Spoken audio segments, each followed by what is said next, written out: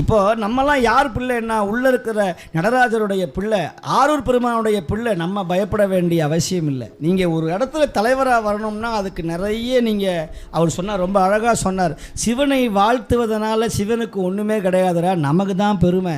நீ அவனை வாழ்த்த உன்னை தூக்கி சடையில் வைப்பான். சந்திரன் தட்சனுடைய சாபத்தை பெற்று கதறி வந்து அழுதான்.